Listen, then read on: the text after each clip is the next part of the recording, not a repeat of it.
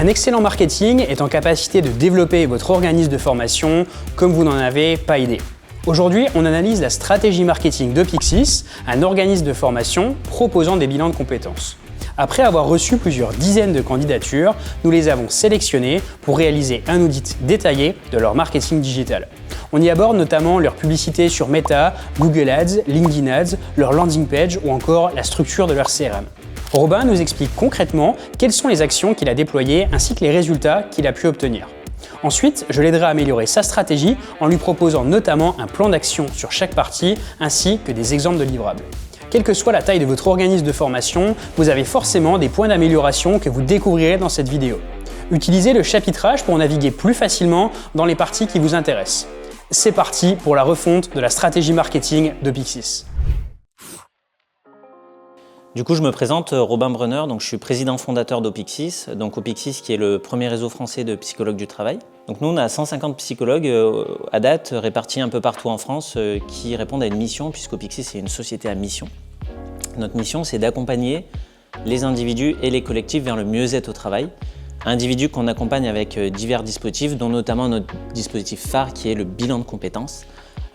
Et qu'on accompagne avec nos psychologues partout en France. Bilans de compétences qui sont financés par divers dispositifs, dont notamment le plus connu, le CPF, de par la certification Calliope qu'on détient et qui est venue reconnaître la qualité de nos accompagnements. Donc pour la petite histoire, comment j'ai fondé Opyxis?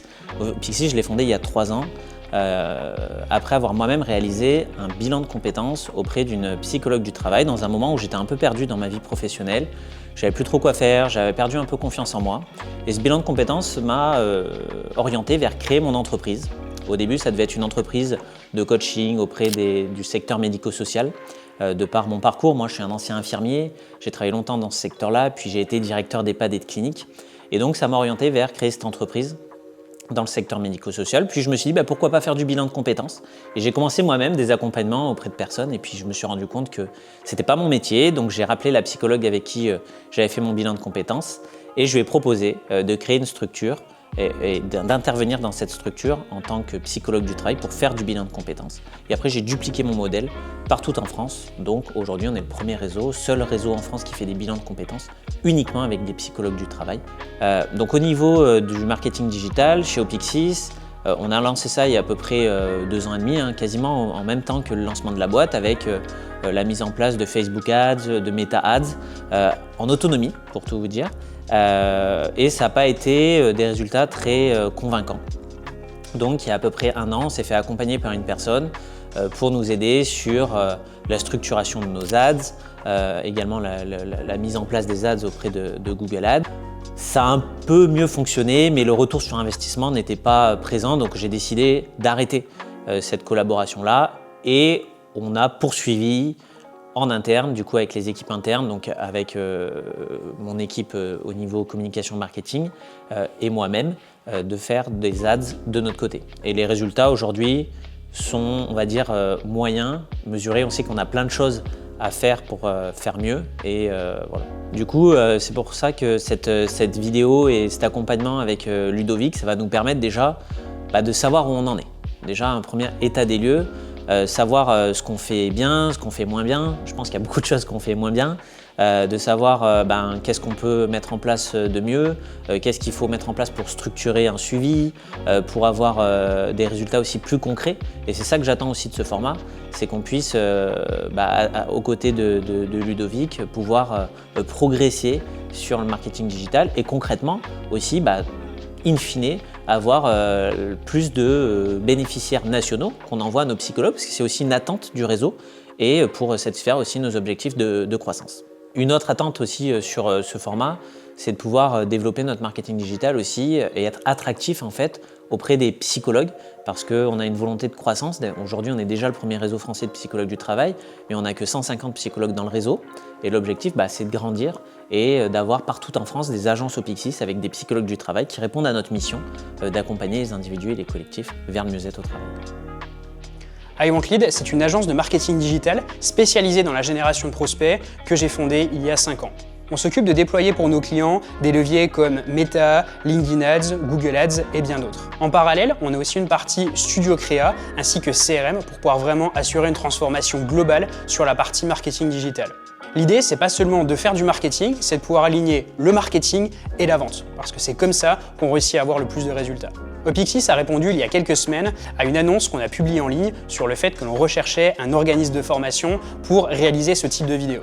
On va donc voir ensemble, étape par étape, ce qui a été fait, ce qui aurait pu être amélioré et quels sont aussi les résultats qu'on peut espérer une fois que toutes ces améliorations ont été déployées. Ce que vous découvrirez dans cette vidéo sera valable aussi bien pour Opixis, le client donné ici, que pour un autre organisme de formation dans un autre domaine. L'idée, c'est que la logique qui permet de développer un organisme de formation est quand même relativement similaire, quels que soient les secteurs sur lesquels vous êtes. À date, nous avons accompagné une dizaine d'organismes de formation à générer plusieurs millions d'euros de chiffre d'affaires sur des types de financement comme le CPF, les OPCO, Pôle emploi et bien d'autres moyens.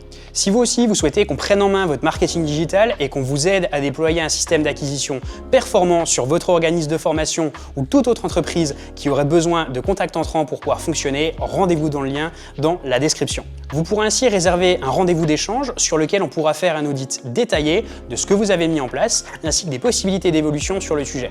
On est une équipe de passionnés qui a l'habitude de travailler avec des organismes de formation, ce qui nous permet de très bien connaître vos problématiques. Ok Robin, ce que je te propose dans un premier temps, c'est qu'on va aller regarder la partie Meta-Ads.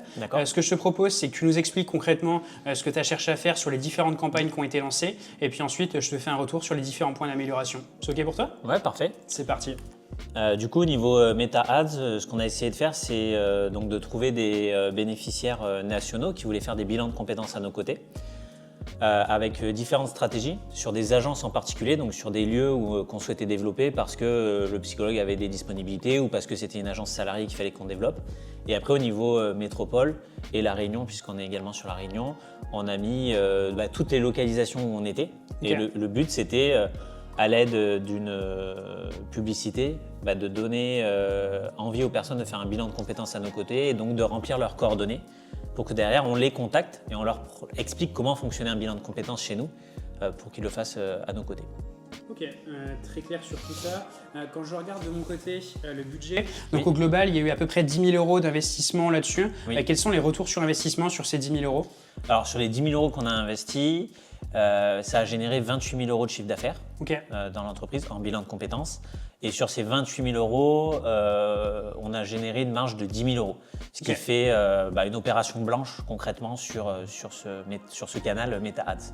Ok, et pour toi, qu'est-ce qui a pêché? C'était les coûts par prospect qui étaient trop chers? C'était la qualification? C'était quoi la problématique principale? Alors, principalement la qualification. On s'est rendu compte sur les prospects qui étaient générés. Alors déjà, on avait des différences de coûts. Par exemple, à La Réunion, c'était beaucoup moins cher. Donc on avait…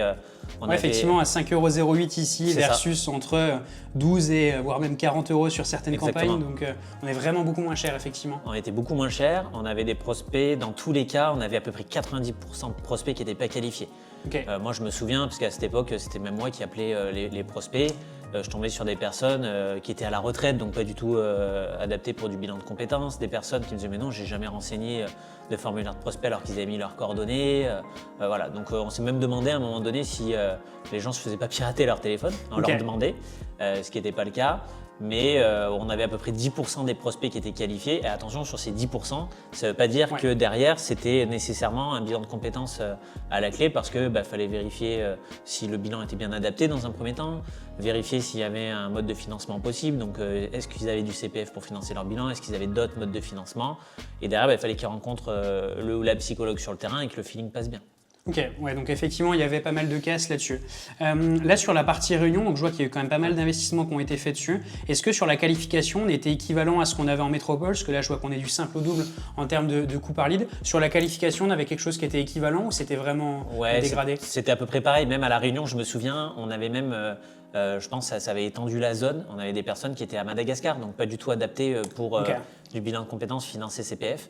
Donc oui, on était à peu près sur ces 90% non qualifiés. Ok, très clair sur tout ça. Est-ce que tu as d'autres éléments à me partager ou tu veux qu'on passe sur la partie préconisation de mon côté et les différents points d'amélioration que j'ai pu voir? Non, sur Meta, je pense t'avoir pu te partager tout ce qu'on a essayé de faire en tout cas. Ok. Très clair. Ce qu'on va déjà commencer, c'est sur la partie configuration au niveau des campagnes. Là, je vois par exemple, tu vois, on a eu beaucoup de villes qui ont été lancées. Ma recommandation, c'est toujours de faire en sorte de regrouper le plus possible la data dans une seule campagne. C'est-à-dire qu'ici, si tu souhaites cibler 10 villes de manière indépendante, ce que je vais te recommander, c'est de tout mettre dans une seule et même campagne et ensuite de faire 10 ensembles de publicités dessus. L'idée, c'est qu'en fait, plus ta donnée elle est centralisée, plus ça sera simple ensuite en termes d'apprentissage pour la campagne. Et en fait, l'apprentissage sur une campagne, c'est ce qui va te permettre d'avoir une certaine stabilité sur les résultats. Donc ça déjà, c'est une bonne base à mettre en place sur le sujet. Et en sachant que tu as quand même la possibilité dans les ensembles de publicité de choisir le budget publicitaire, donc de pondérer un endroit un peu plus fort par rapport à un autre. Ça c'est vrai qu'on ne le faisait pas, on faisait plutôt la génération d'ensemble en fait de campagne, enfin non de campagne par ville. On ne faisait pas d'ensemble de campagne nationale. Ok, donc ce que je vois à l'heure actuelle, c'est qu'il n'y a eu que des campagnes avec des formulaires pour prospects sur Meta qui ont été lancés. Est-ce qu'il y a une raison pour laquelle il n'y a pas eu par exemple des pages de destination vers un site internet ou vers une landing page? Non, parce qu'à ce moment-là, on pensait que c'était la meilleure option. On nous avait expliqué que c'était important d'avoir de la génération de prospects. On pensait qu'on pourrait directement contacter les personnes. Donc du coup, on est parti sur ce fonctionnement-là avec Meta. C'est pas forcément ce qui a le mieux marché concrètement, mais il n'y avait pas de raison particulière autre que celle-ci. Ok, parce que souvent en termes de qualification, on a quand même une qualification qui est un petit peu en deçà. Ce qu'il faut savoir, c'est que si par exemple, là je prends l'exemple avec une des campagnes que je vais dans la publicité juste ici, en fait ce qu'il faut savoir, c'est que sur ton formulaire pour prospect que tu as juste dessus, là si par exemple je fais doublon, donc là quand tu vas regarder ton type de formulaire, tu as différents types, tu as soit volume élevé, soit niveau d'intention élevé. Donc là déjà ce qu'il faut toujours sélectionner, c'est niveau d'intention élevé et ensuite mettre des questions dessus. Et là en fait si on regarde, il n'y a pas de questions de ton côté, il n'y a eu que des informations de la part de la personne, donc typiquement adresse email, nom complet, numéro de téléphone. Déjà ce que je vais te recommander, c'est pas de mettre nom complet, c'est de mettre nom et prénom à part. Ça permettra par exemple dans des emails futurs de pouvoir mettre bonjour prénom, ce qui est toujours intéressant, et en plus de mettre une question de qualification. Nous, de tout ce qu'on a testé sur des organismes de formation, si tu n'as pas de question de qualification et si ici, dans ton type de formulaire, tu n'as pas mis niveau d'intention élevé, d'un point de vue qualification, c'est catastrophique. Donc on conseille 1 à 2 questions de qualification type QCM dessus. Par exemple, quelle est votre situation actuellement ou quel est votre objectif avec ce bilan de compétences. Ça peut avoir un intérêt. Ça va te faire monter ton coût par prospect, forcément. Par contre, d'un point de vue qualification, on s'est aperçu qu'on a beaucoup moins la problématique de personnes qui nous disent « Ah non, mais moi je ne l'ai pas rempli, je ne sais pas de quoi vous me parlez » et ce genre de choses, qui est une problématique ultra courante sur des formulaires intégrés à Meta. Donc ça, c'est un peu la recommandation. On perd du temps en fait, aussi avec les équipes. C'est exactement ça, parce que certes, il y a une perte de budget dessus, mais il y a aussi du côté des commerciaux, il y a un vrai sujet là-dessus. Donc ça, déjà, c'est ma première recommandation sur le sujet. C'est utiliser des formulaires avec ces questions de qualification. Aussi, A/B tester toujours en parallèle des formulaires sur Meta avec un formulaire sur une page de destination. Parce qu'en fait, sur la page de destination, tu vas avoir une friction naturelle qui va se faire. Parce que tu vas préciser ta proposition de valeur, tu vas expliquer quelle est ta méthode, etc. Et en fait, ça va faire un filtre à travers les gens. Et en fait, ce qu'il faut comprendre, c'est que Meta va être en capacité justement, avec le temps, d'identifier quelles sont ces personnes qui ont la plus haute probabilité de conversion là-dessus. C'est l'apprentissage, c'est ça? C'est exactement ça, c'est l'apprentissage. Et l'apprentissage, il se fait aussi bien sur les contacts, donc pour avoir un coût par contact qui soit stable, et aussi sur la partie qualification. C'est-à-dire que si tu éduques bien Meta, c'est-à-dire tu lui donnes une page de destination avec des questions de qualification dessus, même des questions pour exclure des personnes. Par exemple, nous, il y a certains organismes de formation avec lesquels on travaille qui excluent les personnes ayant travaillé par exemple moins de 12 mois un temps indéfini sur les 12 derniers mois. Donc voilà un peu sur le sujet. Donc ça c'est déjà la première option à tester, clairement. Page de destination versus formulaire de prospect. Ensuite, ce que je vais te recommander, c'est d'avoir plusieurs ensembles de publicités. Parce que là, je vois que par défaut, quelles que soient les campagnes, on a systématiquement un seul ensemble de publicités qui a été lancé dessus. Et ça, pour le coup, c'est dommage parce qu'en fait, tu ne profites pas de la puissance que tu as sur Meta, justement avec la possibilité de mettre des audiences. Là, typiquement, je vois que tu as mis une audience Advantage+, donc 21-55. Ça, c'est ce qu'on appelle des audiences broad ou audiences larges sur Meta. Et en fait, tu vas laisser du contrôle à Meta. Ça peut être intéressant en début de parcours pour justement voir un peu où part Meta. Par contre, le problème, c'est qu'il peut aller sur des audiences qui n'ont rien à voir avec les personnes qui vont t'intéresser. Donc pareil ici sur tes audiences, ne pas hésiter à aller mettre des audiences spécifiques dessus, de gens par exemple dans des secteurs d'activité donnés ou qui ont des centres d'intérêt spécifiques, parce que là clairement, ça permettra aussi d'avoir un meilleur ciblage là-dessus. Ce que je vais te recommander, c'est toujours une campagne avec 3-4 ensembles de publicités dedans. Donc par exemple, une audience large, tu peux mettre 2 audiences par intérêt. Donc une audience par exemple en fonction d'affinité sur l'évolution professionnelle, une audience sur des secteurs professionnels donnés qui peuvent être plus sensibles par exemple sur la partie bilan de compétences, et une audience qu'on va appeler donc une audience personnalisée, qu'on va appeler une lookalike. Et en fait, cette audience-là, ce que tu peux faire, c'est que tu peux mettre une liste de clients dessus. Tu peux donner ta liste de clients à Meta, et ensuite Meta va aller chercher des personnes qui sont similaires à cette liste de personnes-là. Ça, clairement, en termes d'audience, nous, c'est souvent les audiences qui fonctionnent le mieux, parce qu'en fait, tu me pré-mâches le travail à Meta, tu lui dis, en fait, ne teste pas forcément d'abord, nous, on te donne un extrait d'audience, et en fait, il va être capable d'aller regarder, par exemple, dans la population française, les 1 à 3% de personnes qui ressemblent le plus au fichier que tu lui as donné à l'entrée. Ok, intéressant. Donc ça, clairement, c'est complètement game changer sur la partie Meta, c'est de pouvoir être en capacité de déployer ces audiences-là. Donc 3-4 ensembles de publicités. Ensuite, quand on va voir au niveau de la publicité, on a un vrai sujet à être capable aussi de mettre plusieurs visuels publicitaires. Là, ici, je vois que tu as utilisé un format ici de type carrousel. Nous, ce qu'on va recommander, c'est de varier les approches publicitaires. Donc aussi bien des visuels qui soient statiques, c'est-à-dire un seul visuel juste ici, que des formats carrousel, que des formats vidéo. Et ensuite, ce que tu peux faire, c'est que tu as 2 choses. Tu as le message de la publicité et tu as la manière de délivrer ce message. Donc le message, par exemple, ça peut être changer de métier. Et ensuite, pour délivrer le message, ça peut être le fondateur qui parle justement de son évolution, de justement l'évolution du métier. Ça peut être un témoignage client, ça peut être une psy qui explique justement l'intérêt d'envisager ça et qu'en fait quand on est dans la situation, on a forcément du mal à se projeter dans le futur et qu'un bilan de compétences est utile. En fait, il y a plusieurs manières de décliner les messages.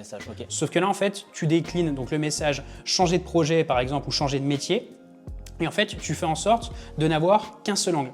Qu'un seul angle ne parlera qu'à un seul type de personne. Parce que si tu dis, faites un bilan de compétences, ça pourra peut-être intéresser la personne qui est pile poil à la recherche à ce moment-là. Par contre, une personne qui se dit, je sens qu'au niveau du travail, ouais, c'est ça, qui connaît pas par exemple le dispositif, qui se dit bon, un bilan de compétences, je sais pas ce que je vais avoir dedans.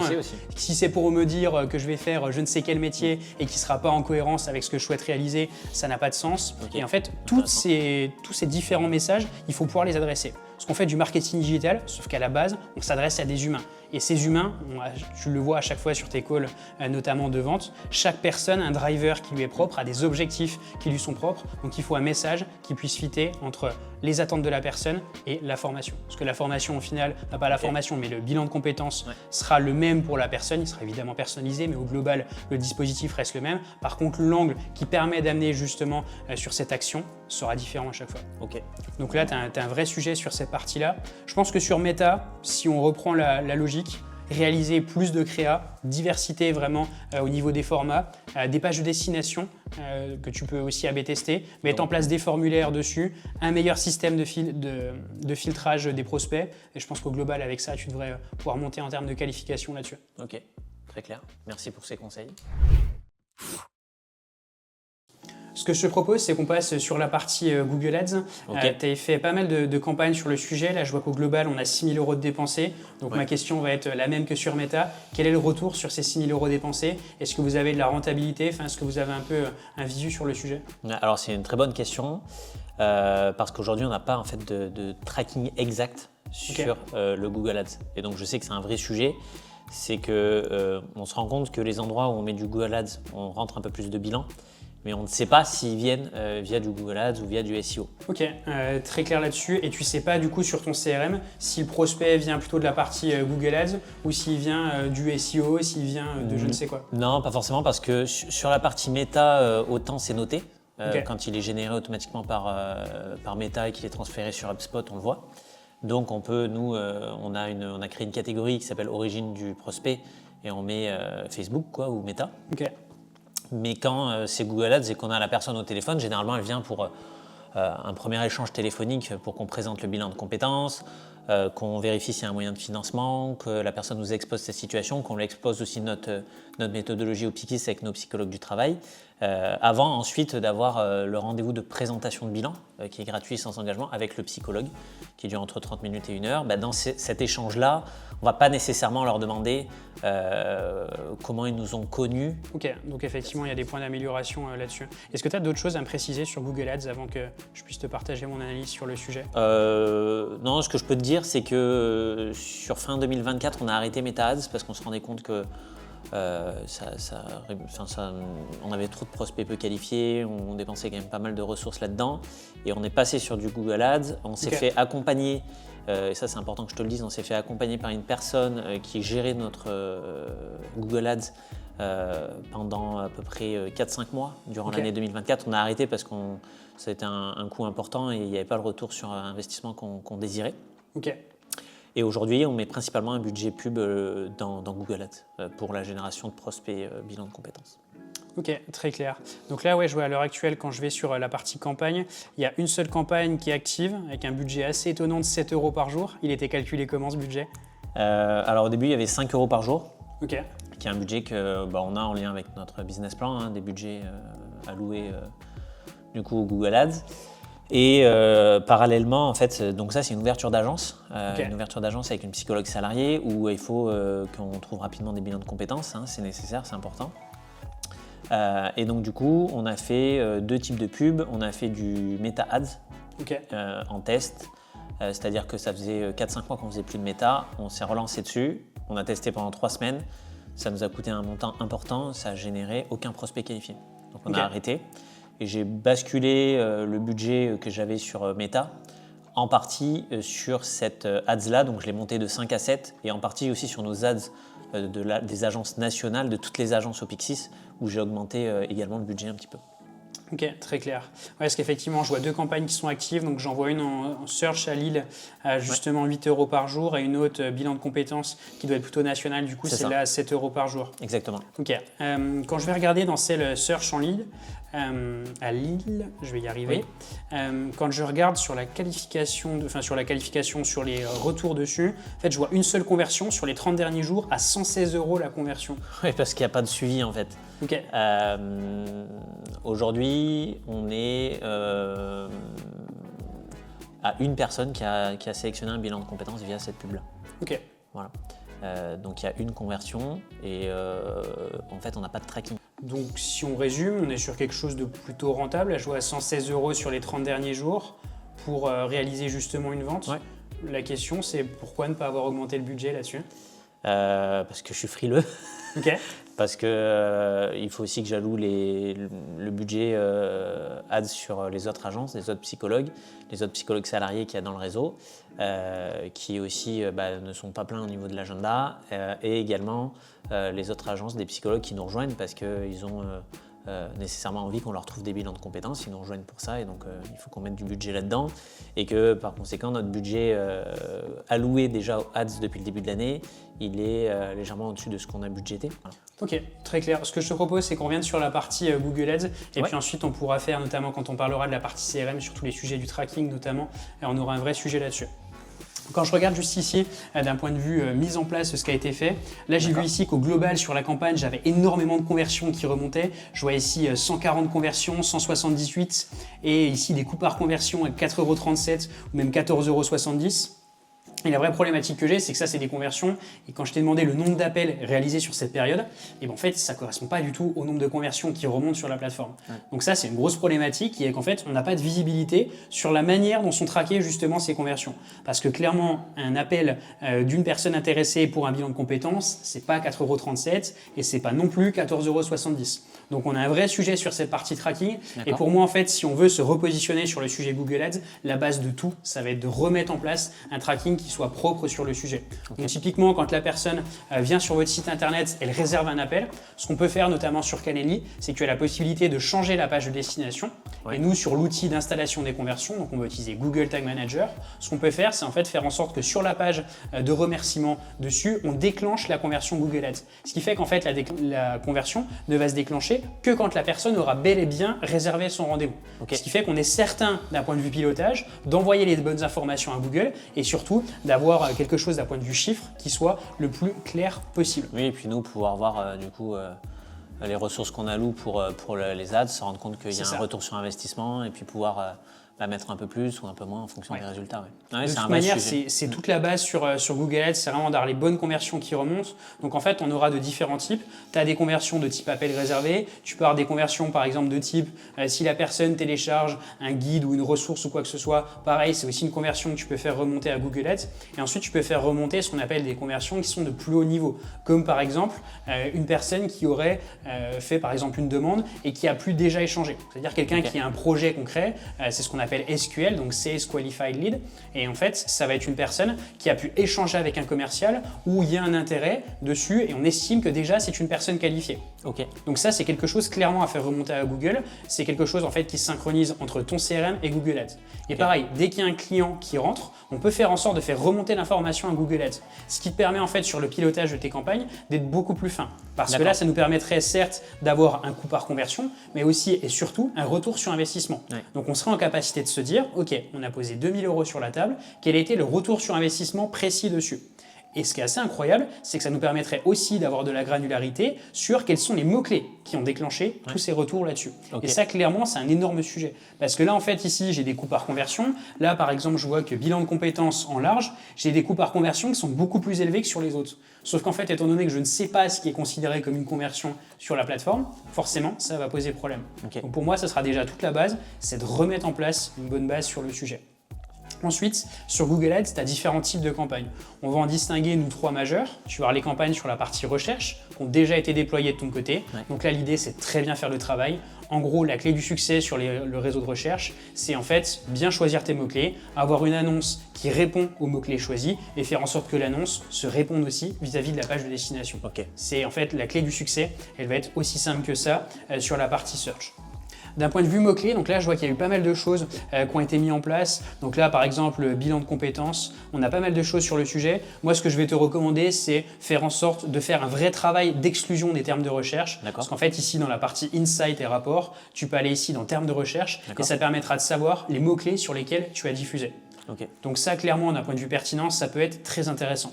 Donc là, c'est pour le premier type de campagne, des campagnes sur la partie recherche. Okay. C'est rien de très original sur Google Ads. Par contre, ça fonctionne diablement bien parce qu'en fait, on peut faire en sorte d'exclure des personnes en dessous d'un certain âge, les exclure aussi au-delà d'un certain âge pour pouvoir vraiment se concentrer sur la catégorie qui nous intéresse le plus et ensuite aller chercher des personnes qui sont déjà dans une phase de recherche. Okay. Donc ça va être vraiment la fondation de ton compte Google Ads. C'est une campagne qui est bien exécutée sur la partie recherche, une configuration qui soit simple et bien pensé, et c'est vraiment, on va dire, la fondation de ton compte sur Google Ads. D'accord.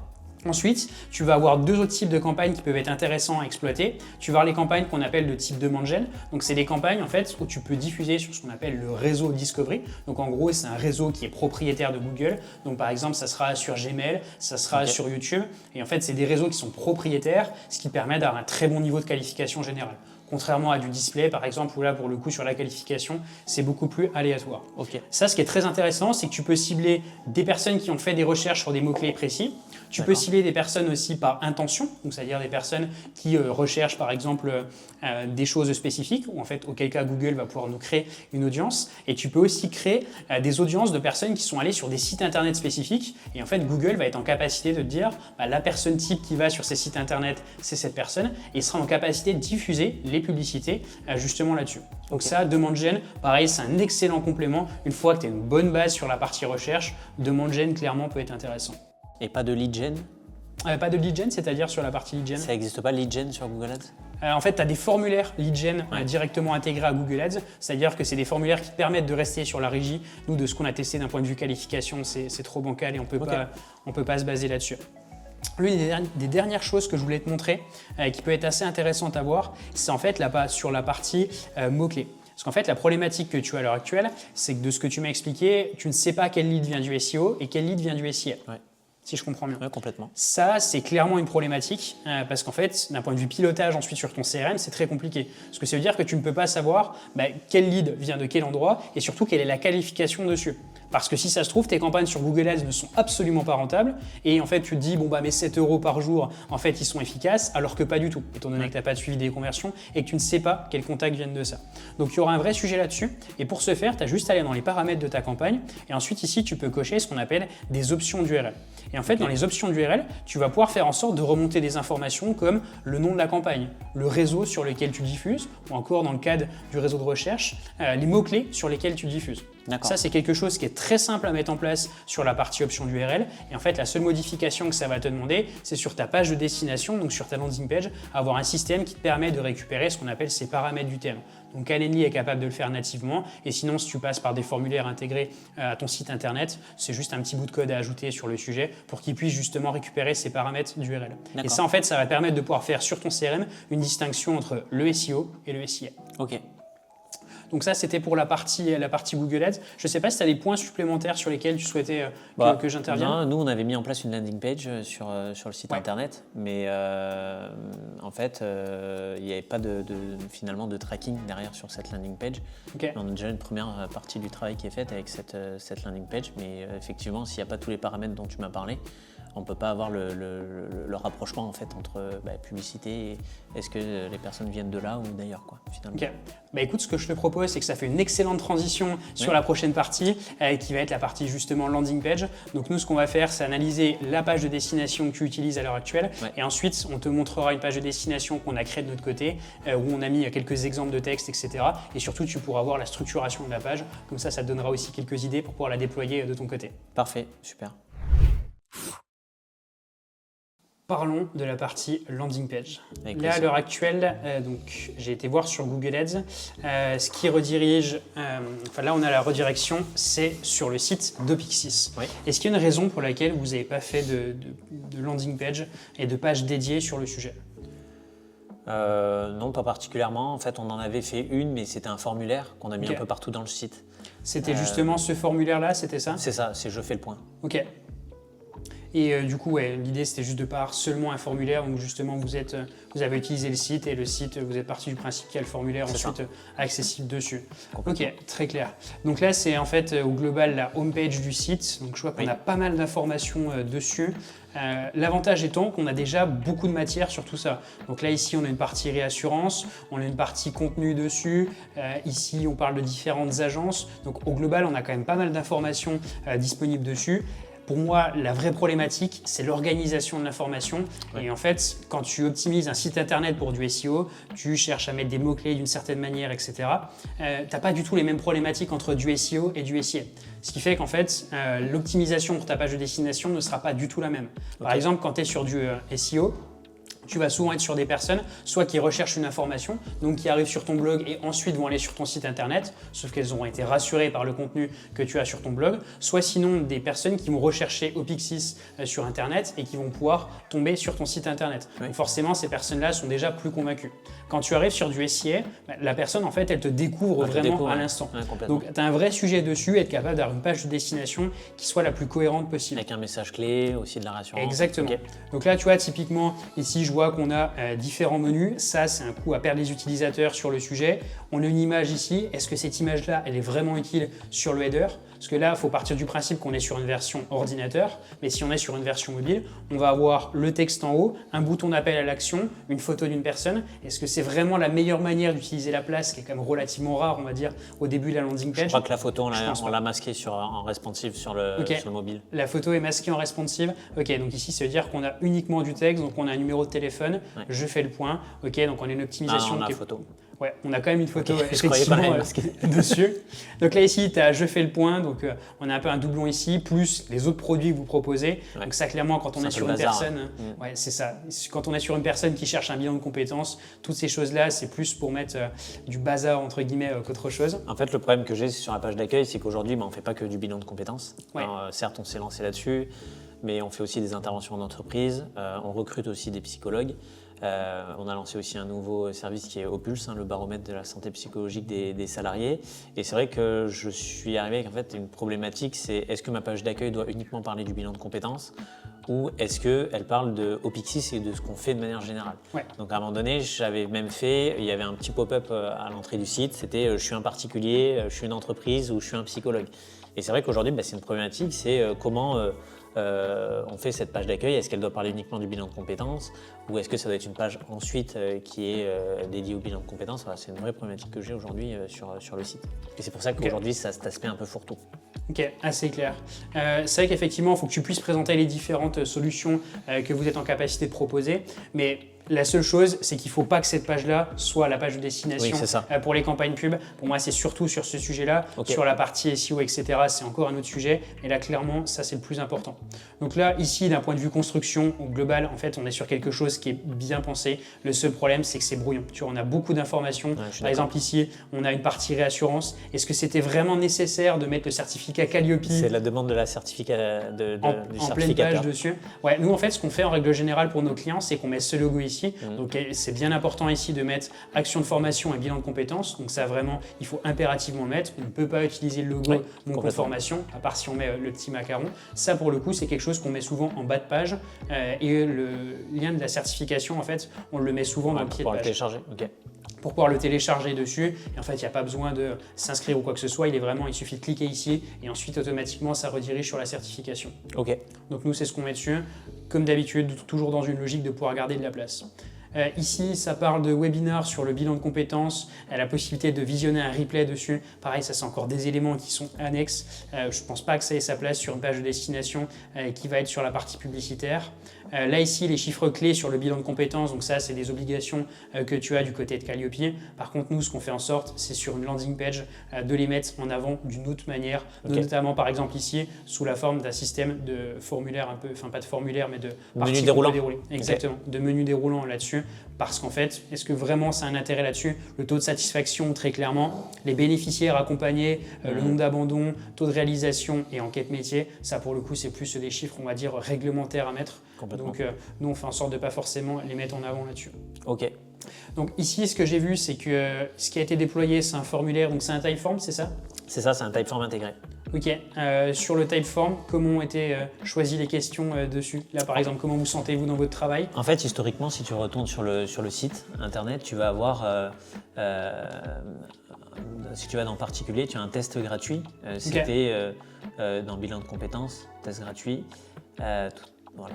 En fait, initialement, on appelait ça le diagnostic professionnel. Et c'était assez long et les personnes nous expliquaient un peu leur situation. Dans quelle situation je suis professionnel, c'est-à-dire est-ce que je suis en arrêt, est-ce que je suis en poste, comment je me sens au travail actuellement, est-ce que je me sens bien, est-ce que je me sens moins bien, est-ce que je me sens toujours motivé par mon travail, est-ce que je me sens perdu, est-ce que j'ai envie de faire le point sur mes motivations.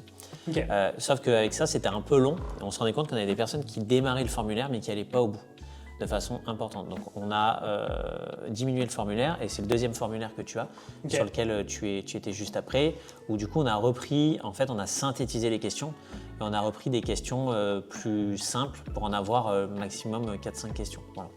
Donc ils nous mettent quelques éléments sur est-ce qu'ils se sentent bien au travail et puis ensuite c'est plutôt coordonné. De façon à ce que on leur envoie soit un mail s'ils ont choisi qu'on les contacte par mail, soit qu'on les téléphone s'ils ont choisi qu'on leur téléphone. Voilà. C'est comme ça qu'on a construit ce formulaire-là intégré. Très clair là-dessus. Le taux de conversion du formulaire sur Typeform, tu as à peu près une idée là-dessus ou c'est un chiffre que tu pourrais pas forcément me donner? Je pourrais aller le chercher, mais je ne l'ai pas dans mes métriques actuelles. Ce qu'il faut prendre en compte, c'est que quand on fait de la publicité, diviser par 2 ton coût par clic, ça peut être compliqué. Parce que ça veut dire qu'il faut payer soit son trafic 50% moins cher, soit doubler l'efficacité de son annonce, donc avoir 2 fois plus en termes de taux de clic dessus. Par contre, doubler le taux de conversion de ta page de destination, ça tu peux le faire. Ça va tenir majoritairement sur 2 choses. La première, c'est la promesse de ta page, à quel point elle match vis-à-vis de l'attente utilisateur et à quel point elle est intéressante pour lui. La seconde, ça va jouer sur le formulaire. Donc moi, s'il y avait 2 choses sur lesquelles il faut impérativement mener des tests sur ces prochaines semaines, ça va être sur ces 2 points-là. Nous, typiquement, tu vois, on a fait quelques tests avec des clients, notamment dans le domaine de la formation en 3D. On a testé du formulaire Typeform VS un formulaire où toutes les questions apparaissaient d'un coup, donc avec nom, prénom, numéro de téléphone, la durée de travail, etc. Et on s'est aperçu que le formulaire où il y avait toutes les questions d'un coup, on avait un meilleur taux de remplissage et de très très loin que ce qu'on avait sur du Typeform. Donc ces éléments-là, c'est toujours des choses qui sont vraiment à mesurer parce qu'un taux de conversion sur un formulaire, ça peut vraiment changer la trajectoire de ta campagne. Et c'est ce qui peut passer une campagne de peut-être par exemple 60 € de coût par rendez-vous réservé, qui fait que c'est intéressant mais sans plus, à 30 €, tout simplement parce qu'on a changé quelques points là-dessus, notamment sur la manière de poser des questions. Donc, tu as un vrai sujet là-dessus. Ce que je te propose, c'est de te partager une landing page. Donc, on s'est occupé de réaliser le design pour toi. C'est-à-dire, pareil, dans la même logique que tout à l'heure, on a réalisé une maquette sur le sujet. Ce qu'il faut bien prendre en compte, je refais aussi le disclaimer que j'ai montré tout à l'heure, c'est une première version de travail. Ça donne déjà une idée de la structuration dessus. C'est évidemment pas une version définitive. Il y aura encore beaucoup de choses à retravailler dessus, mais au moins, ça donne une idée globale sur les structures et sur la manière d'organiser. Ok, avec je te montre ça? Bah ouais, avec plaisir. Allez, c'est parti. Donc là ici, hop, je vais mettre ça en plein écran. On retrouve ici un logo qui sera enlevé sur la version mobile, histoire de pouvoir gagner un tout petit peu de place en haut. On a une promesse assez claire, bilan de compétences, donner un nouvel élan à votre carrière. On met en avant différents éléments ici. Donc nous, par exemple, ce qu'on a mis dans ton cas, c'est 100% financé, individualisé, avec une psychologue du travail. Ici, des avis clients. Le petit macaron éligible mon compte formation, histoire que la personne puisse savoir d'un point de vue financement ce qui est possible.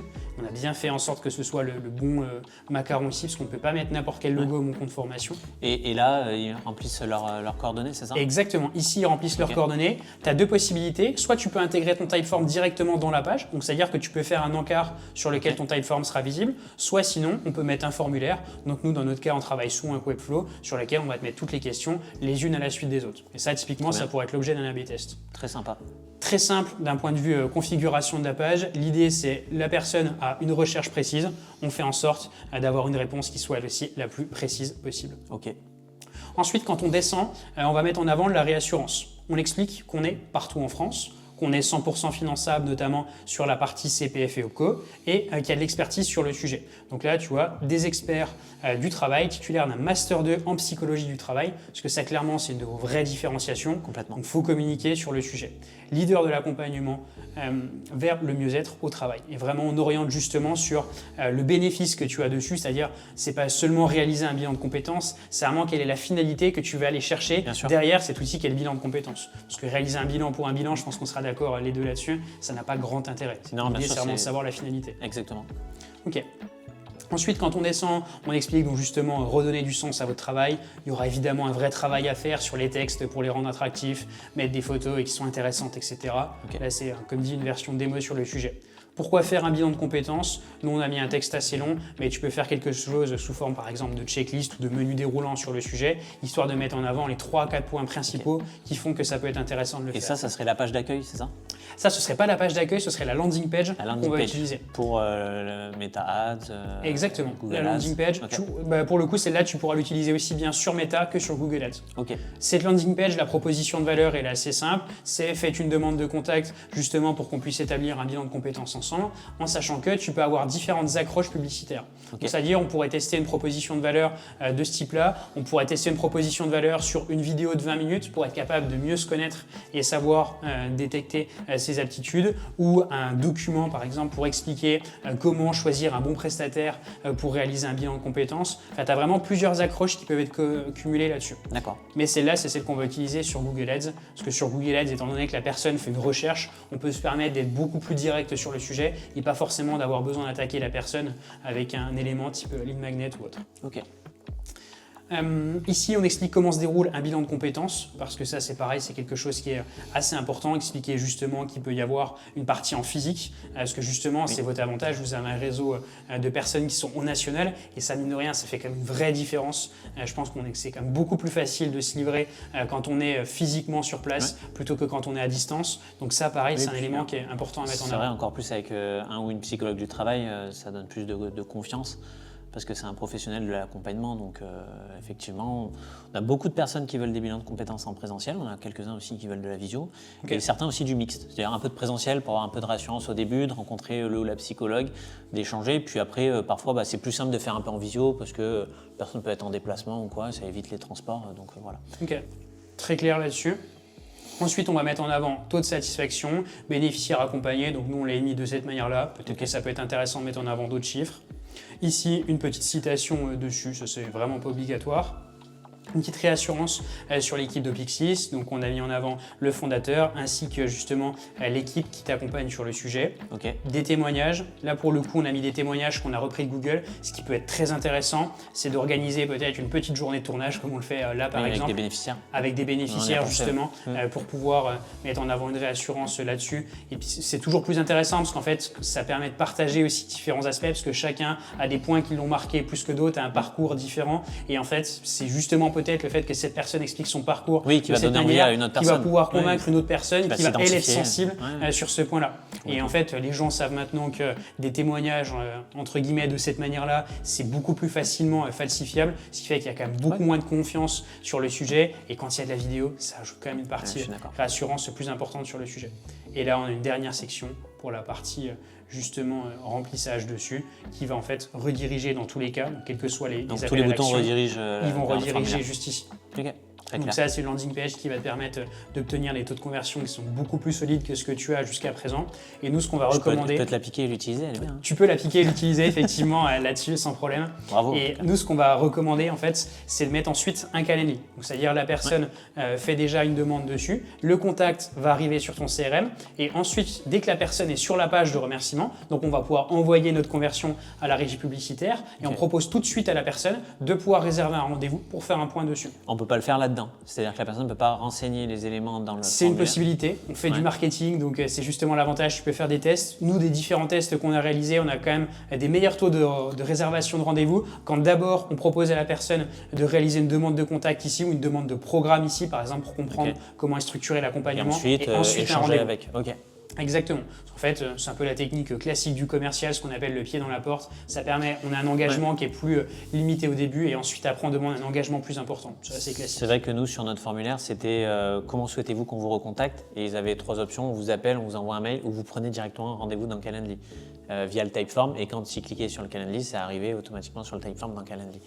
Mais c'est vrai que ça peut être intéressant comme ça, d'abord d'avoir les coordonnées et ensuite vous pouvez prendre rendez-vous directement, échanger avec un professionnel d'Opixis pour savoir si un bilan est bien adapté et puis qu'on vous oriente vers un rendez-vous de présentation de bilan auprès d'un psychologue.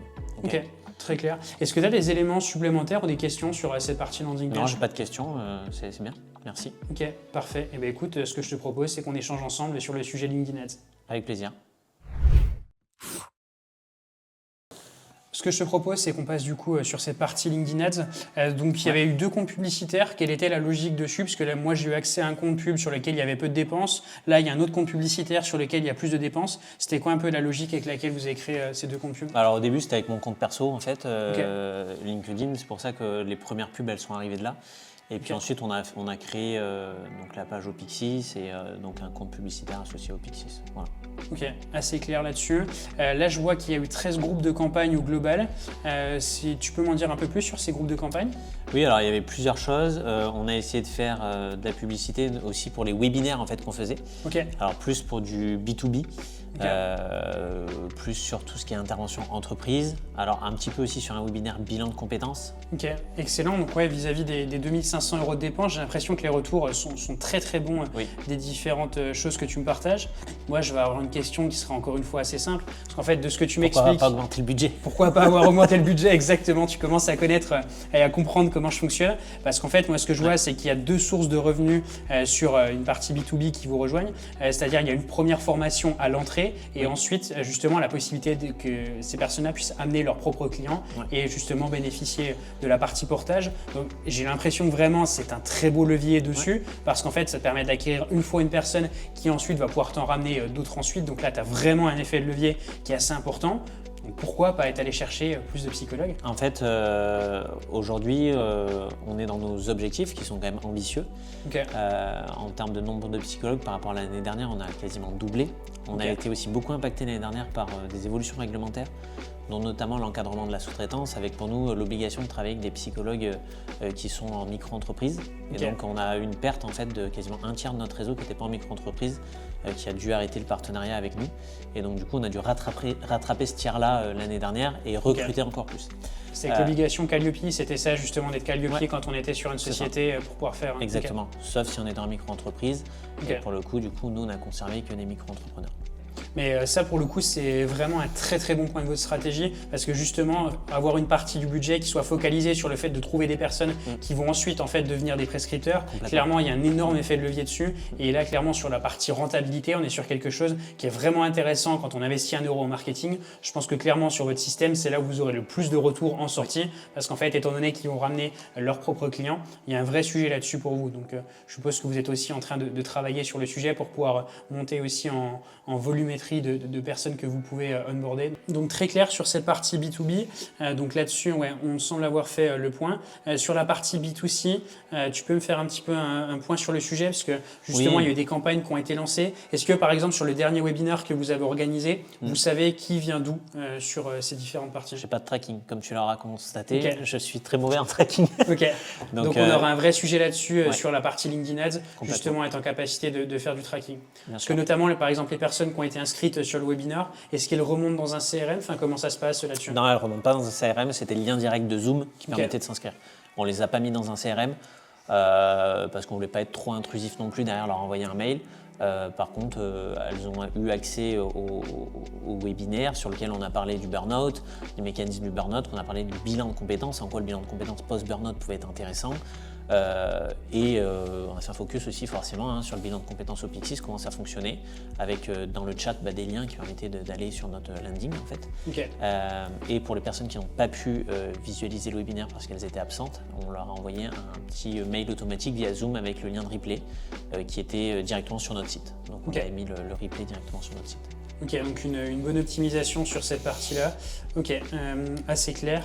Là, sur la configuration technique des campagnes, donc clairement, il y aura, encore une fois, comme sur les autres régies publicitaires, un sujet sur la partie tracking. Je commence un peu à me répéter, mais effectivement, on va être encore à nouveau sur le sujet. Et je vois aussi que sur la partie créa, en fait, à chaque fois, on va retrouver le même problème que ce qu'on a sur Meta, à savoir ici, on n'a qu'une seule créa qui a été lancée. Et en fait, l'argument, il sera le même que sur Meta. Il faut plusieurs créas. LinkedIn recommande 4 à 5 dessus pour pouvoir justement que LinkedIn puisse faire des tests et clairement c'est ce qui va permettre aussi d'un point de vue coût par résultat de voir une vraie baisse de ton coût par résultat parce qu'en fait tu peux t'apercevoir que là la créa que tu as lancée va ne pas être performante alors qu'un autre type de créa pourrait avoir largement plus de résultats. Donc tu auras une problématique qui sera similaire, à savoir tracking et ensuite la partie création de visuels publicitaires.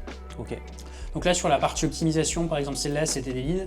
Ce qu'il faut savoir, c'est aussi sur LinkedIn Ads. Donc là, je vois en termes de lieu de résidence. Ah, c'était la Réunion. Tout bon.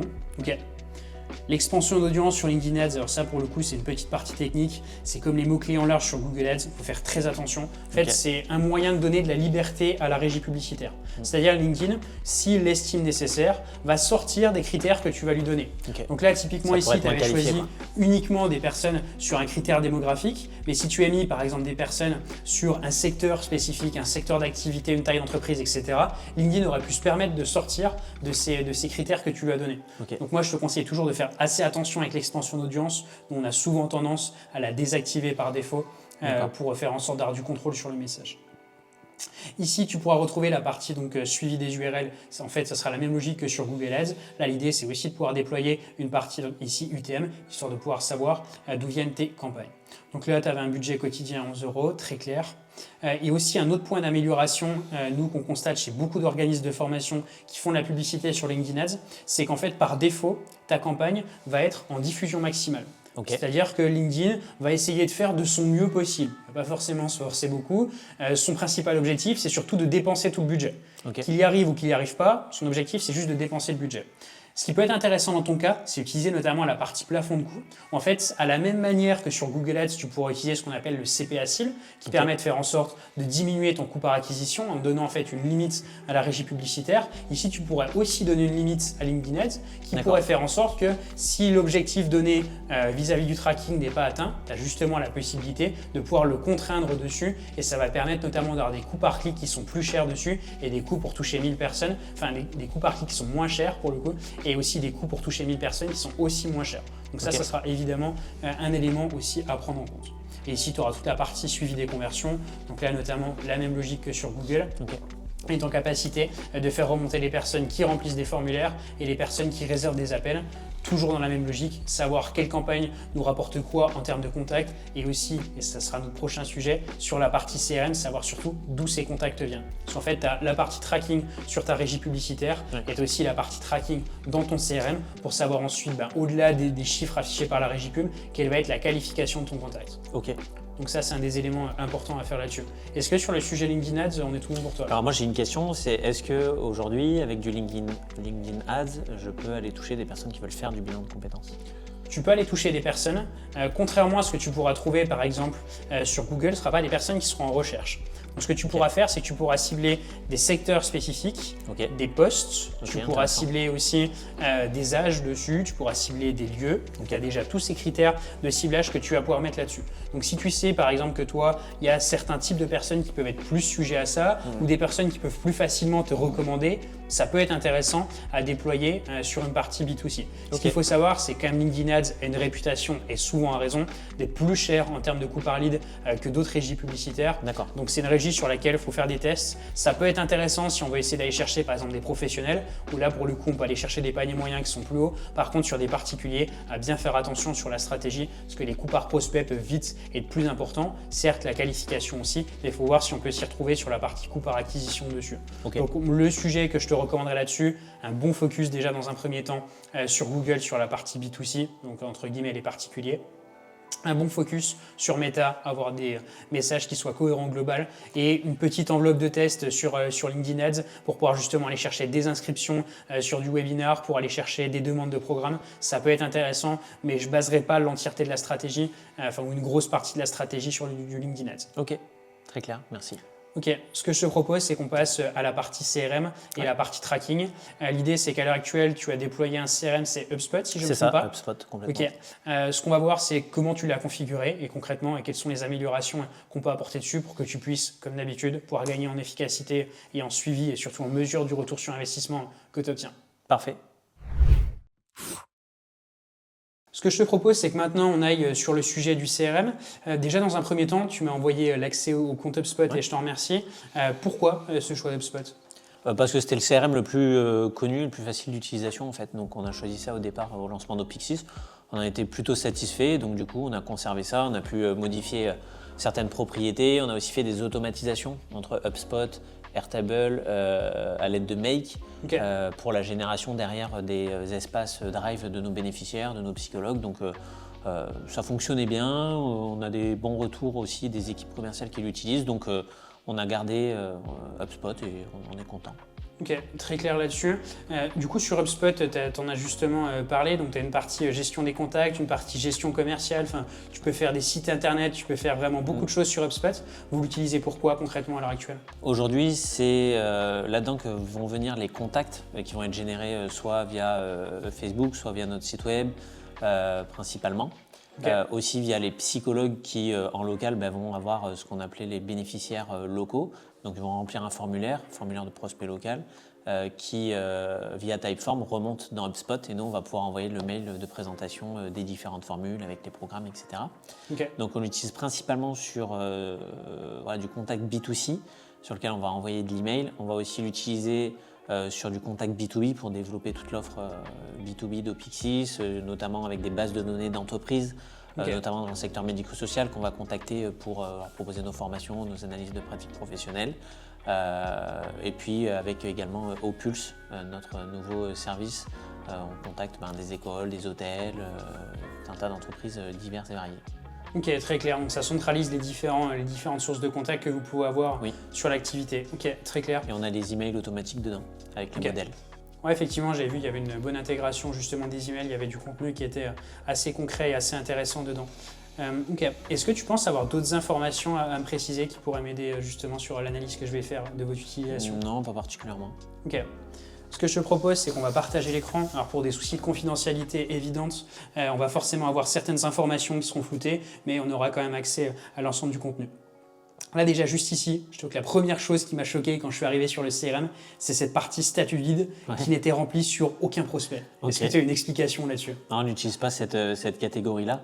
On a créé des catégories qui étaient statut d'avancement du prospect, donc, parce que je ne connaissais pas. Des phases du cycle de vie. En fait, tu as deux choses sur HubSpot, tu as le statut de lead et des phases de cycle de vie. En fait, les phases du cycle de vie vont plutôt être pour un usage marketing et les statuts de lead vont plutôt être pour un usage commercial. Alors nous, c'était plutôt pour un usage commercial, c'était pour dire est-ce que le prospect il était déjà contacté, est-ce qu'il avait rendez-vous déjà avec la psychologue dans le cadre d'un rendez-vous de présentation de bilan, est-ce que ça avait été fait, est-ce que le bilan était validé. Aujourd'hui, on ne l'a pas dans HubSpot, mais on a des tableaux de suivi de prospects qui sont sur des Google Sheets pour tous les psychologues, puisque les psychologues n'ont pas accès au CRM. Donc, pour quelle raison? Parce que compliqué d'utilisation pour eux, ils ne sont pas à l'aise avec les outils commerciaux déjà.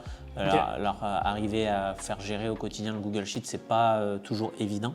Donc on les accompagne là-dedans. Ils ont un Google Sheet en fait avec leurs prospects qu'ils ont contactés, sur lequel ils ont fait leur rendez-vous de présentation de bilan. Et derrière, ils peuvent mettre la date du rendez-vous de présentation, un petit commentaire, la formule envisagée, le tarif du coup associé. Et nous, ça nous permet de voir, grâce à ces tableaux, nos métriques de bilan transformés en fait. Une fois qu'ils sont transformés, taux de transfo, durée de temps qu'on a mis entre le moment où ils ont reçu le contact et où on a fait leur rendez-vous de présentation, entre le rendez-vous de présentation et le bilan validé, combien de temps ça met pour essayer de réduire ces temps-là. Donc on a le suivi là-dedans, plus que dans HubSpot. Voilà. Ok, très clair là-dessus. Ces psys-là, du coup, avec lesquels tu travailles, donc là, tu me dis justement, ils font le suivi sur un Google Sheets. C'est surtout sur des contacts qu'ils ont eux de leur côté, donc en fait, c'est leur propre système. C'est les deux. Ou c'est des contacts que tu leur envoies aussi? En fait, c'est les deux. À partir du moment où on a des appels entrants qui les concernent, on va venir leur transmettre la fiche HubSpot. En fait, on leur fait une capture d'écran de la fiche HubSpot, on leur transmet, on leur dit est-ce que tu peux contacter cette personne-là pour un rendez-vous de présentation de bilan.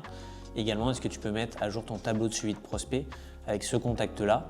Et après, il y a un suivi par l'équipe commerciale qui va venir faire des relances si nécessaire auprès des prospects, également voir où on en est sur certains prospects, parce que des fois, on n'a pas de nouvelles des psychologues, donc c'est tout là aussi l'enjeu d'animation du réseau et de l'accompagnement commercial des équipes support pour nos psychologues. Mais ça va aussi concerner les prospects qui vont trouver de leur côté, parce que quand ils vont les trouver de leur côté, ils vont renseigner le formulaire prospect local, donc le Typeform, ça va remonter nous dans HubSpot, et parallèlement à ça, ils le renseignent dans leur tableau de suivi de prospect. Et sur les informations sur le tableau de suivi de prospect, est-ce qu'il y a une répercussion automatique qui se fait sur HubSpot pour faciliter le suivi? Il n'y a aucun lien d'automatisation entre l'un et l'autre aujourd'hui, mais qui pourrait être mis en place, mais on ne maîtrise pas à l'heure actuelle. À l'heure actuelle, vous avez 150 psys, c'est ça en base, avec lesquels vous travaillez? Oui, on a 150 psychologues du travail dans le réseau. Il y en a à peu près 50, là c'est en pleine croissance, donc on va plutôt être à 60 d'ici la fin du mois sur la partie bilan de compétences. Les autres interviennent sur la partie entreprise, notamment en analyse des pratiques professionnelles. Donc ils interviennent moins pour Opixis, ils sont plus 1 à 2 interventions sur du B2B donc, par mois. Voilà. Donc ça sur la partie suivi, c'est une des complexités que ça ajoute. Il faudrait impérativement trouver un moyen pour que s'il y a un pilotage qui se fait depuis un autre outil, impérativement que ça puisse le reporter sur la partie HubSpot. Parce qu'en fait, quand c'est leur prospect, pour le coup, ils avancent comme ils peuvent dessus. Par contre, quand c'est ton budget publicitaire à toi, qui part sur d'autres personnes, il faut impérativement que tu puisses avoir du contrôle, parce que là pour le moment on est sur des budgets publicitaires qui sont assez faibles, donc le suivi se passe relativement bien. Par contre si on commence à monter sur des budgets publicitaires à 5, 6 et même au-delà milliers d'euros par mois dessus, clairement ça va poser problème, parce qu'il faut que tu puisses avoir un suivi et une maîtrise là-dessus. Donc ça ce sera clairement un des points à mettre en avant, d'avoir justement une répercussion qui se fasse si justement tu es amené à passer par un Google Sheets entre les deux. C'est faisable via une automatisation? Ouais, c'est faisable via une automatisation que tu peux mettre en avant dessus. Donc ça c'est quelque chose de tout à fait possible. Ou sinon pouvoir ajouter justement ces psychologues sur HubSpot. Par contre la seule problématique que tu vas avoir, c'est le montant de l'abonnement, parce qu'en fait il va falloir payer une licence et une vingtaine d'euros par mois par utilisateur. Donc forcément quand tu commences à multiplier par 50 psychologues, il y a peut-être un sujet aussi dans ce cas-là, parce qu'en fait le fait que chacun puisse avoir accès à HubSpot et que tu puisses faire une formation en bonne et due forme, etc., c'est la meilleure manière de limiter les problèmes. C'est-à-dire, ils ont accès à un outil, tu les formes dessus, tout le suivi est fait dessus, et en fait, ainsi, tu n'as pas besoin d'aller sur plein d'autres outils à la fois. Pas besoin de développer des automatisations compliquées ou quoi que ce soit.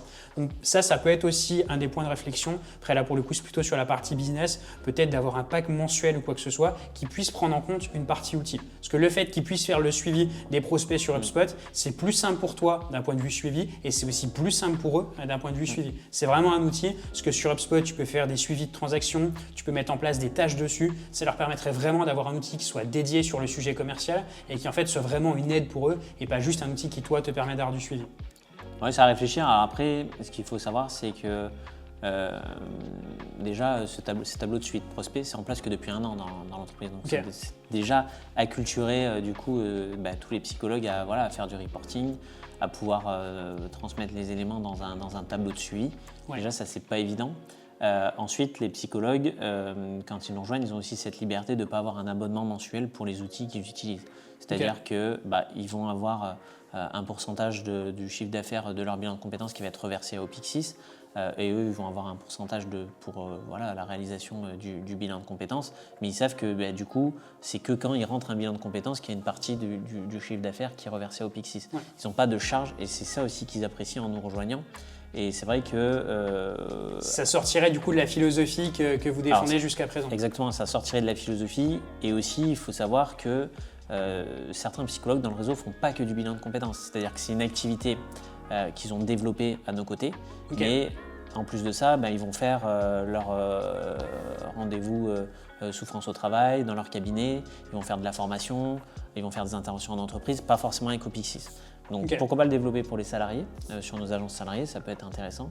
Mais c'est vrai que sur nos psychologues qui sont freelance, je pense que c'est plus compliqué et qu'il faudrait peut-être passer par les automatisations, quitte à ce que ça fasse un peu plus de travail au siège, mais de leur proposer quelque chose qui est gratuit. Justement, qu'il n'y ait pas quelque chose qui soit un coût de leur côté. Retour assez intéressant. Donc là, dans tous les cas, ce qu'il faut, c'est que le statut du lead puisse toujours être à jour. Parce que comme dit, tu as en fait les phases du cycle de vie qui vont être plutôt sur une partie marketing. Et ça, c'est ce que vous avez complété à l'heure actuelle. Par contre, sur le statut du lead, ce n'est pas forcément en place. Donc moi, c'est vraiment ce que je vais te recommander dessus. Parce qu'en fait, l'énorme avantage que tu auras, c'est qu'ensuite, ici, donc tu vois, tu as une vue sur la partie mes contacts, contacts non attribués. Et en fait, tu peux faire des vues qui sont sur mesure. Donc tu peux faire en sorte, par exemple, d'avoir des vues de toutes les personnes qui sont intéressées à relancer. Donc ça, c'est des choses qui sont assez intéressantes à mettre en place, de pouvoir justement faire un système de filtrage par statut de lead. C'est ce qu'on avait fait en mettant en statut d'avancement du prospect pour pouvoir justement filtrer comme ça, pour pouvoir les relancer. Mais sauf que c'est pas suivi. Et donc du coup, c'est pas renseigné pour chaque ligne HubSpot. Et donc on peut pas avoir ce suivi-là. Et du coup, on va ligne à ligne en fonction de ce qu'il y a aussi dans les tableaux de suivi de prospects de chaque psychologue. Donc, c'est un donc en fait, le reporting est fait tout à la main. Donc en fait, il faut reporter ce qui a été fait sur le tableau de suivi du psychologue là-dessus. Donc là, clairement, c'est une vraie problématique. Ok, très clair là-dessus.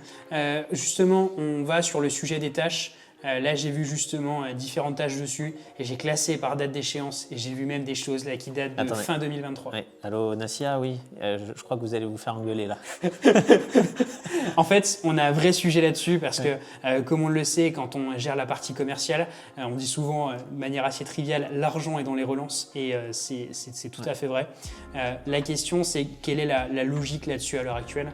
Comment s'est mis en place les relances? Alors, en fait, il y a du coup des tâches qui sont attribuées aux sales, concrètement. Quand ils ont un échange avec une personne, ils se notent, ils envoient la personne auprès du psychologue pour le rendez-vous de présentation, puis ils se notent à 15 jours faire une relance, donc c'est-à-dire suivre le tableau de suivi de prospect et si on n'a pas de nouvelles, relancer le bénéficiaire. Alors souvent aussi en accord avec le psychologue. On fait attention de ne pas trop faire de forcing parce que les psychologues n'apprécient pas trop qu'on relance. Si c'est leur patient, on fait attention à comment on les relance. Si c'est des personnes qu'on trouve nous de notre côté, moi je pousse un peu plus pour les relances. On utilise beaucoup les SMS, beaucoup plus qu'avant. Avant, on faisait appel, message vocal, ça ne marchait pas trop. Les SMS fonctionnent beaucoup mieux. Et ça fonctionne mieux en tous les cas que les emails, parce que pour le coup, les taux de retour sur les emails sont… à part si c'est automatisé, dans ce cas-là, autant le faire. Par contre, si c'est pour faire des emails à la main, même à base de modèles ou quoi que ce soit, c'est devenu clairement une perte de temps. Les taux de retour sont beaucoup trop faibles. Donc on utilise beaucoup le SMS, ça fonctionne bien. Mais après, effectivement, il faudrait avoir un suivi plus rigoureux, c'est-à-dire du suivi des tâches et des échéances des tâches. Et ça, c'est aux équipes sales de pouvoir gérer ça et mon rôle aussi de les accompagner là-dedans, bien évidemment. Ok, très clair.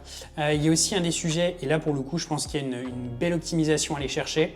Là quand je vais dans la partie, donc juste ici, CRM, puis ensuite transaction, je suis arrivé ici et j'ai vu qu'il n'y avait pas de transaction. Donc je me suis dit peut-être qu'Opixis en fait ne vend pas et que le but n'est pas de réaliser des ventes. Donc je me suis dit peut-être que le but c'est juste d'avoir plein de contacts, d'échanger avec eux, de les aider et de pas de réaliser des ventes. Est-ce que tu avais déjà vu cette vue-là ou pas du tout? Non, j'avais jamais vu. On n'utilise pas effectivement cet onglet-là d'UpSpot, j'y connais absolument rien. Nous, on a en fait une application maison avec un suivi de notre chiffre d'affaires. On rentre les bilans de compétences qu'on a rentrés, la formule, le tarif, le psychologue qui est en charge de l'accompagnement, du bilan de compétences. Et ça me permet moi d'avoir un pilotage de mon entreprise où je peux voir du coup tous les mois le chiffre d'affaires, la rentabilité avec les charges qu'on met aussi, donc à travers une application maison, mais on n'utilise pas via HubSpot. Ce qui pourrait être intéressant si jamais on automatise, par exemple, il prend telle formule, c'est tel tarif, donc du coup ça génère tant, si on a coché comme étant bilan validé, ce genre de choses. Ouais, tu peux faire des automatisations au-dessus ou même simplement dès que tu as une personne au téléphone, tu sens qu'il y a un intérêt dessus, tu positionnes justement une transaction type par exemple en rendez-vous planifié pour pouvoir réaliser une proposition. Là ensuite, tu as différentes étapes qui sont proposées, en sachant que ces étapes, bien évidemment, l'idée c'est de pouvoir les modifier, par exemple R1, R2, proposition envoyée, attente financeur, enfin des choses qui sont typiques au monde de la formation. En fait, l'idée de ça, c'est que, étant donné que tu as la possibilité d'un point de vue marketing de savoir d'où viennent tes contacts, ça permettra aussi de faire des filtres là-dessus. Et en fait, tu sais par exemple concrètement quel psychologue a quel deal en cours, quel commercial a quel deal en cours, quel est leur panier moyen, etc.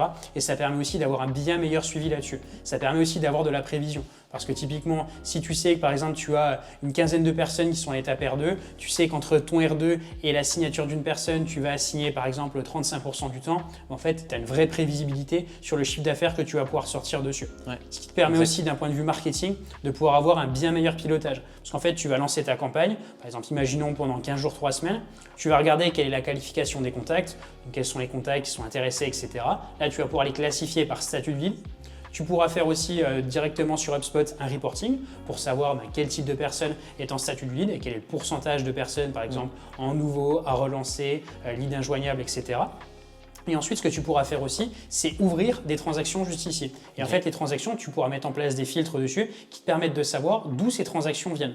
Donc, par exemple, imaginons que tu as lancé une campagne sur Google Ads avec un budget un petit peu plus conséquent que 7 ou 8 euros par jour et tu veux voir quel est le retour là-dessus. Et bien, en fait, tu pourras le voir directement dans les transactions et tu auras ce qu'on appelle un signal faible, c'est-à-dire pas encore des ventes, mais les étapes que tu vas avoir juste avant les ventes. Donc ça, d'un point de vue pilotage, c'est extrêmement pratique pour pouvoir avoir de la visibilité sur ce que tu fais.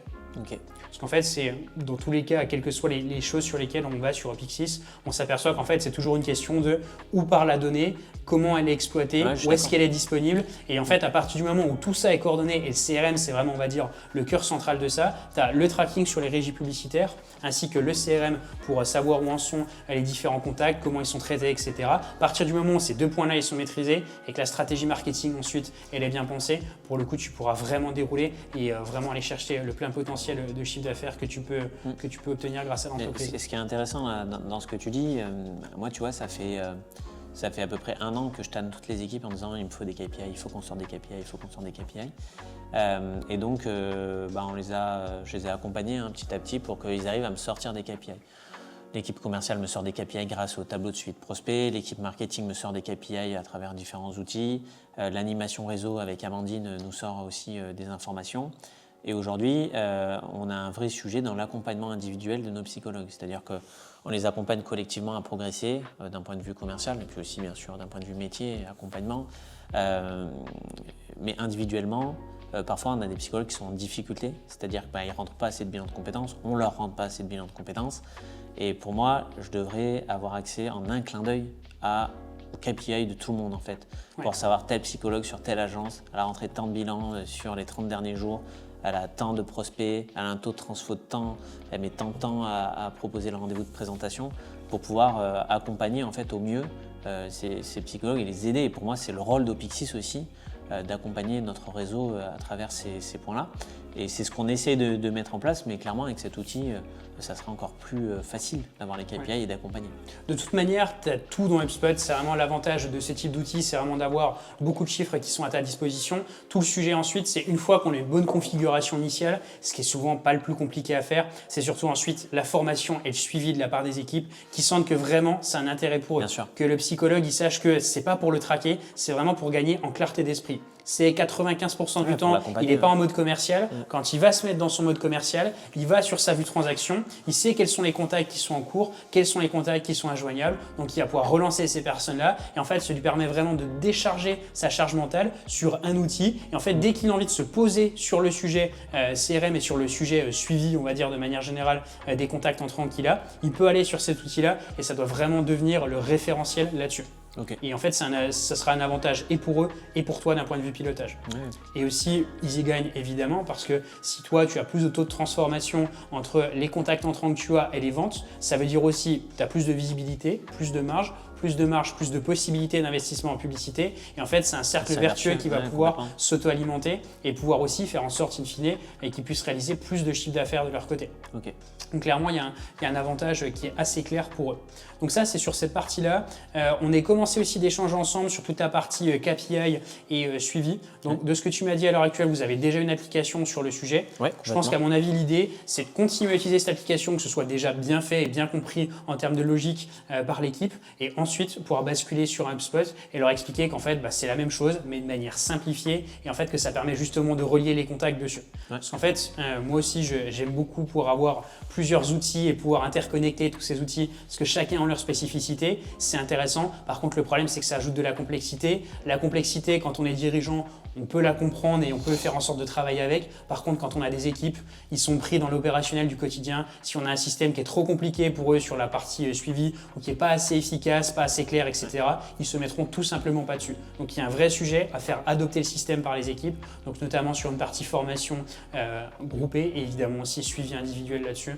Donc ça, je pense que c'est un sujet sur lequel vous travaillez déjà actuellement, avoir justement une personne qui soit un peu un référent justement de ces personnes-là. Complètement. Ok. Un des sujets qui peut être intéressant, c'est que jusqu'à présent, tous les contacts arrivent. Donc, tu m'as dit notamment, par exemple, les contacts qui arrivent via Calendly ainsi que via Typeform. Pour rappel, Typeform, c'est le formulaire. Tu m'as dit qu'ils arrivent donc, via une intégration qui est directement préfaite. Si j'ai bien compris. C'est ça, complètement. Une intégration Typeform et une intégration, alors plus sur notre site web, c'est via Typeform. Et après, des intégrations entre Meta et ce Meta. Mais qui sont toujours les intégrations par défaut. Oui, qui sont les intégrations automatiques. Ok. Ce qui peut être intéressant, et on en a parlé justement tout à l'heure, tu m'as dit que tu utilises Make, qui est une alternative à Zapier. Zapier étant plus simple d'utilisation que Make, mais Make permet de faire des choses plus avancées. Tu m'as dit que tu l'utilisais déjà dans l'entreprise pour toute la partie administrative notamment et la partie suivi. Donc ça, c'est déjà un excellent point là-dessus. Ça permet d'améliorer l'opérationnel quotidien. Moi, ce que je vais te recommander, c'est d'utiliser aussi pour la partie marketing.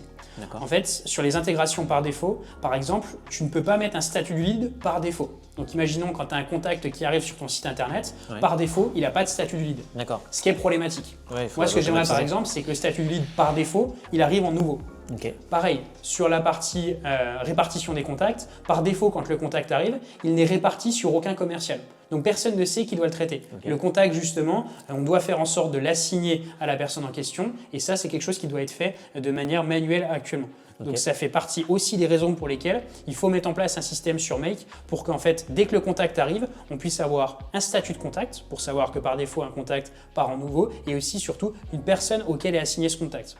Et en fait, ça permet de gagner en réactivité parce qu'à partir du moment où la personne voit qu'elle est notifiée sur le contact parce que justement il lui a été attribué, elle est capable de pouvoir rappeler cette personne. Et comme tu le sais, la rapidité de prise de contact est vraiment décisive sur les taux de transformation ensuite. Donc ça, c'est vraiment une recommandation que je vais te faire, c'est de passer par un outil de ce type-là pour pouvoir le déployer. C'est un peu plus compliqué que des intégrations natives dessus. Par contre, ça permet beaucoup plus de possibilités. Et ça arrive en tâche pour le commercial. Ouais, et tu peux arriver aussi en tâche dessus parce qu'en fait, étant donné que tu crées ce que tu veux, tu peux créer par exemple dès qu'une personne réserve un appel, tu peux créer automatiquement un contact et tu peux créer une transaction. Ou par exemple dès qu'une personne arrive, tu peux lui mettre une tâche à contacter. Ok. Je nuancerai juste là-dessus, faire très attention sur les tâches. L'idée, c'est comme les rappels, il ne faut pas en envoyer trop. Parce qu'en fait, si à chaque fois qu'un contact arrive, la personne reçoit et un email et une tâche en mode vous devez contacter cette personne, en fait, c'est le meilleur moyen que la personne puisse se noyer plus qu'autre chose dans un volume de tâches. Parce que là, si on reprend le sujet des tâches tout à l'heure, quand j'arrive et je vois que j'ai 663 fiches d'information de tâches, par exemple, si je prends les tâches qui sont en retard, je vais juste prendre donc responsable au global. Là, je vois que j'ai 619 fiches de retard dessus. Clairement, j'ai pas envie de m'y mettre. Donc, faire bien attention à pas envoyer trop de notifications, à pas mettre trop de tâches Oui, dessus. puis après, il y en a qui n'ont L'idée, pas c'est été vraiment que ce soit clôturés, leur mais service. la personne a validé son bilan, mais on n'a pas clôturé la tâche, ce genre de choses. De manière générale, c'est comme pour piloter un business simplement, c'est de la clarté. Et le plus possible de clarté tu peux avoir, le mieux c'est. Donc l'idée, c'est d'avoir des systèmes qui soient pour l'utilisation quotidienne le plus simple possible. Donc typiquement, quand le contact il est mis en nouveau, la personne sait qu'elle doit le rappeler et ensuite après, elle se met éventuellement des tâches pour pouvoir le relancer. Mais sur le premier contact, elle sait qu'elle a reçu une notification de cette personne, donc elle va procéder à l'appel. Ok. Donc voilà sur cette partie intégration là-dessus. Clairement aussi, le sujet sur lequel je voulais revenir, c'était la partie transaction, pour te montrer à quel point c'est intéressant. Donc là, on vous montrera au montage concrètement ce que ça rend. Ici, ce que vous avez en fait, c'est une partie transaction. Et en fait, ça vous permet de savoir en fonction des différentes étapes, quelles sont les transactions qui sont en cours. Donc vous avez par exemple le nom de la personne, vous avez aussi une date d'échéance sur le sujet et vous avez aussi un montant. Donc ça, c'est quelque chose qui est très important et ça permet aussi d'avoir un total. Et ensuite, tu vas pouvoir aller mettre pas mal de filtres dessus ou par exemple, tu vas pouvoir aller sélectionner uniquement une certaine personne. Donc voir par exemple sur un commercial donné, quelles sont les tâches qui sont en cours sur le sujet. Ok, intéressant. Donc sur cette partie transaction, je pense avoir fait le tour. Et le dernier sujet qui nous restera dessus, au-delà de la partie reporting, ce sera la partie UTM dont on a commencé à parler ensemble tout à l'heure. Ce qu'il faut savoir, c'est que les UTM, c'est ce qu'on appelle des paramètres d'URL. Là ici, je t'ai mis un exemple, donc iwantlead.fr/webinar. Ensuite, tu as un point d'interrogation avec différents paramètres ensuite. UTM source, medium, campaign, etc. Ce qu'il faut savoir, c'est que tout ça, c'est des choses que tu pourras reprendre sur chacun de tes points d'entrée. C'est-à-dire, en dehors de la partie SEO, où pour le coup, tu n'auras pas d'UTM, tu peux mettre un UTM, par exemple, sur ton profil LinkedIn ou sur ta page LinkedIn, où tu vas mettre UTM source égale LinkedIn, ou par exemple page LinkedIn ou compte personnel LinkedIn. Tout ça, en fait, ça va te permettre à travers le temps d'avoir accès à plus de données. Et en fait, une fois que tu auras tous ces contacts entrants, tu vas savoir exactement quelle source te rapporte combien de contacts. Et surtout, sur ces contacts, tu pourras suivre notamment via la partie statut des leads et notamment aussi via la partie transaction. Tu pourras savoir concrètement qu'est-ce que ça donne ensuite en termes de taux de transformation. Et ça permettra de pouvoir mieux focus en termes d'intensité dessus, où tu pourras dire, globalement, je vois que notre SEO, ça fonctionne très bien, donc il peut y avoir un intérêt à le renforcer. Meta, d'un point de vue retour sur investissement, c'est très compliqué, ça nous génère beaucoup de contacts, mais peu de transformation, donc on fait un arbitrage et on coupe. Et ça, en fait, ça va dans la logique, justement, c'était un des points sur lesquels on échangeait tout à l'heure. Il faut monter le budget publicitaire, mais pas de n'importe quelle manière. Il faut impérativement, avant justement d'avoir cet objectif de monter le budget publicitaire, pouvoir traquer. Parce que si tu n'as pas de tracking dessus, là, il y a un vrai risque de mettre tout simplement de l'argent sur la table sans savoir exactement ce qu'il t'a rapporté. Et là, c'est la pire erreur qu'on puisse faire, c'est mettre de l'argent, investir du temps, mettre des prestataires, etc., sans savoir concrètement ce que ça nous a rapporté. Est-ce que ça impacte aussi l'apprentissage de la campagne ? Ça pourra impacter aussi l'apprentissage parce qu'en fait, le fait que tu crées des transactions sur HubSpot, ce qu'on pourra faire aussi, c'est faire en sorte de faire remonter dessus en termes d'informations aux régies publicitaires. Donc par exemple, notamment sur Google Ads, prospect qualifié ou prospect converti, en fait, ça va modifier les phases du cycle de vie. Par exemple, quand tu déplaces la transaction, on pourra aussi modifier la phase du cycle de vie sur une personne et ensuite, ça le fera remonter à la régie publicitaire et justement, à terme, en fait, c'est là où se situe le cercle vertueux, on pourra faire en sorte que la régie publicitaire se pilote uniquement sur le coût par prospect qualifié et même ensuite le coût par prospect converti.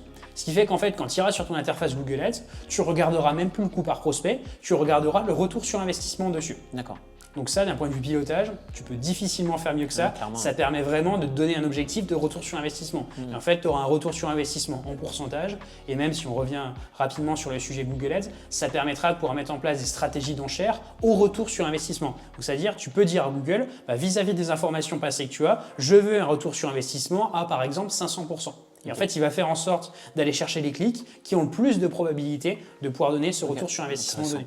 Donc ça, c'est le niveau le plus avancé en termes de publicité que tu puisses mettre en place. Et vraiment, d'un point de vue qualification des contacts, nous, chez les différents clients sur lesquels on a pu le mettre en place, c'est clairement le jour et la nuit en termes de qualification. Ok. Donc tu as un vrai sujet là-dessus. Moi, ce que je vais te recommander de manière générale, c'est mettre en place ce système d'UTM en sachant que dans Calendly, tu as la possibilité par défaut de pouvoir suivre justement ces UTM. Tu n'as pas besoin d'ajouter de code supplémentaire et tu peux faire en sorte qu'ils reprennent les paramètres UTM pour justement les mettre dans le Calendly. Et en fait, dans ton événement sur Calendly, tu pourras voir là où vient la personne. Ok, très clair. Et tu auras aussi la possibilité de le faire via ton Typeform, ou pareil pour le coup, tu peux activer ça dans les paramètres de ton Typeform, le fait de faire remonter les UTM, et en fait, ça va vraiment te changer la vie d'un point de vue pilotage. Ok. Robin, écoute, on a analysé tout ton marketing, on a vu tous les points en détail, que ce soit le CRM, les publicités. Quel a été ton retour sur tout ça? Qu'est-ce que tu en retiens? J'ai été impressionné. Okay. Impressionné par le niveau de détail sur lequel tu as fait du coup cet audit. Étonné aussi de me dire qu'il y avait beaucoup de choses qu'on pensait maîtriser et que finalement on ne maîtrisait pas. Okay. Même si je savais qu'on avait des lacunes sur tout un tas de sujets, je ne pensais pas qu'il y avait autant de choses à revoir. Okay. Donc ça c'est positif pour moi parce que je me dis qu'on a des leviers d'action pour faire progresser l'entreprise en termes de marketing digital et je sais quel levier. Donc c'est ça qui était, que je retiens principalement de cette vidéo et de cet échange avec toi.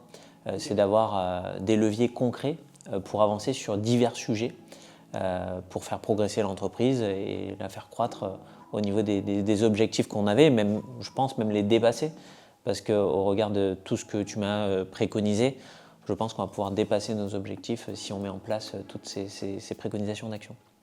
Ok, très clair. Merci pour ton retour merci à toi. Très complet sur le sujet. Si c'est un sujet qui vous intéresse, n'hésitez pas à réserver un appel de découverte en description directement. On pourra échanger sur votre mise en place sur la partie marketing digital, notamment dans votre organisme de formation, mais pas que. Et si vous souhaitez voir d'autres vidéos sur le sujet, abonnez-vous et il y a une vidéo qui s'affiche juste ici que vous pouvez aller voir ensuite.